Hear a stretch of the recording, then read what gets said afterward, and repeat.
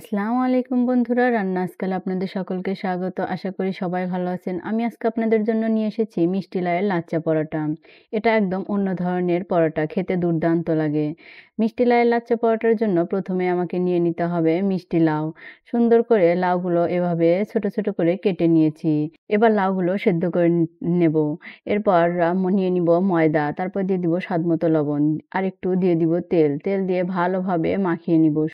একটু সময় নিয়ে মাখাতে হবে। সুন্দরভাবে মাখানো হতে হতে ওইদিকে আমার সেদ্ধ হয়ে আসবে মিষ্টি লাউগুলো। মিষ্টি লাউগুলো সেদ্ধ হয়ে এসেছে। এবার আমি মিষ্টি লাউগুলো একটি কাঁটা চামচের সঙ্গে ম্যাশ করে নেব। সুন্দর করে আস্তে আস্তে ম্যাশ করে নিব। একটু ভালোভাবে ম্যাশ করে নিতে হবে যেন ছোবলা ছোবলা না থাকে। আমার মিষ্টি লাউ ম্যাশ করা হয়ে গেছে। এবার ওই আটার মধ্যে আমি মিষ্টি লাউ দিয়ে তারপর দিয়ে দিব মরিচের গুঁড়া, এরপর দিয়ে দিব লবণ, দিয়ে ভালোভাবে মাখিয়ে নিব। সুন্দর করে একটা ডো তৈরি করে নেব। এর ভিতর আমি একটু পানি ব্যবহার করব না। মিষ্টি লাউয়ের যে রস থাকবে সেটা দিয়েই ডো তৈরি হয়ে যাবে।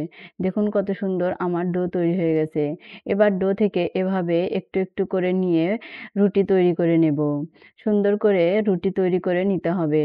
তবে ডোটা ১৫ থেকে ২০ মিনিট রেস্টে রাখলে অবশ্যই আরেকটু ভালো হবে। কিন্তু আমার হাতে সময় ছিল না বলে আমি তা করতে পারিনি। এবার উপর দিয়ে কর্নফ্লাওয়ার ছড়িয়ে একটি পিজ্জা কাটার দিয়ে কেটে সুন্দরভাবে এভাবে ভাঁজ করে আবারও রুটি বেলে নেব। আমি ঠিক যেভাবে দেখালাম ঠিক সেভাবে করবেন। এবার কড়াইয়ে একটু সেঁকে নেব। ২ পাট সেঁকে নেওয়া হয়ে গেছে। এবার একটু তেল দিয়ে দিব। তেল দিয়ে এপাশ ওপাশ সুন্দর করে লাল লাল করে ভেজে তুলে নিলেই তৈরি হয়ে যাবে আমাদের মিষ্টি লাউয়ের পরাটা। সুন্দর দেখতে হয়েছে। মিষ্টি লাউয়ের পরোটায় মিষ্টি লাউ দেওয়ার কারণে একটু মিষ্টি মিষ্টি ভাব আসায় খেতে আরো ভালো লাগে। ধন্যবাদ সবাইকে।